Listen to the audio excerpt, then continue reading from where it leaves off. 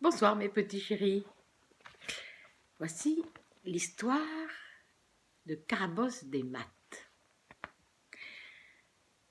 La petite Esther, comme toutes les sorcières, était laide, crochue, griffue et bossue.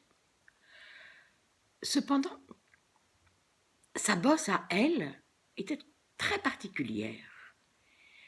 Au lieu de l'avoir dans le dos, elle la portait sous son chapeau. C'était la bosse des maths. Chaque fois qu'elle la touchait, elle réussissait addition, multiplication, soustraction en une seconde de fraction. C'était pratique pour les interrogations. Pourtant, Esther était très malheureuse, car à l'école, les autres petites sorcières se moquaient sans cesse de sa bosse sur la tête et aussi de ses lunettes. Car, quand vous êtes bonne en maths, vous portez des binocles. Hélas, ceux-ci vous tombent sous le nez pendant les courses. Et quand vous mettez le nez au-dessus des marmites de potions, la fumée y fait de la buée.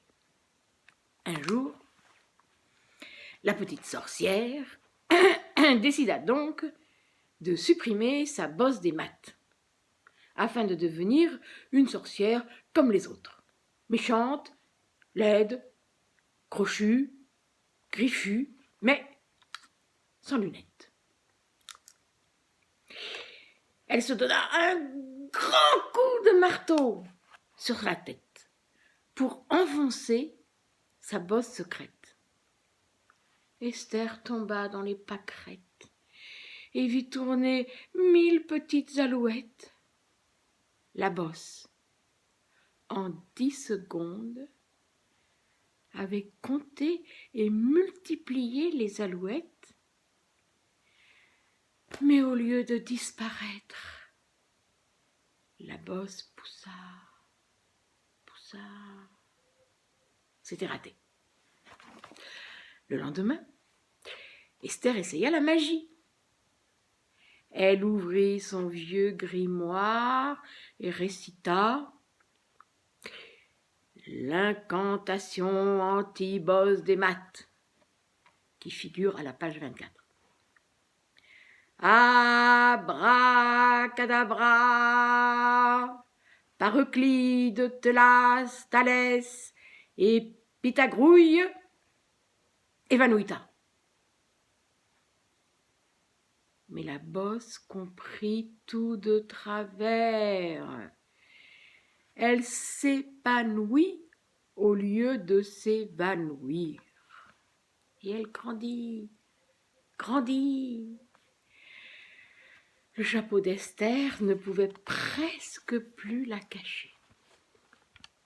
Par Belzébuth, la petite sorcière avait besoin d'aide. Elle alla voir, elle la fée Carabosse, la plus célèbre des sorcières, maître de conférence à la faculté des araignées. C'était une très vieille sorcière, avec de minuscules lunettes sur le bout de son long nez crochu et un immense chapeau cabossé.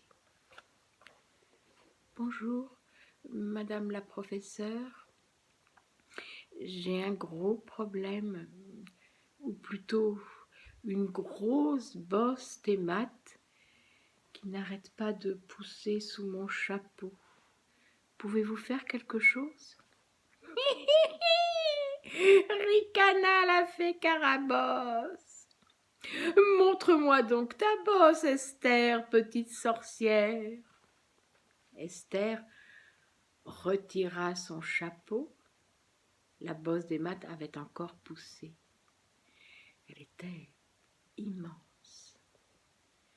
Carabosse ajusta ses lunettes.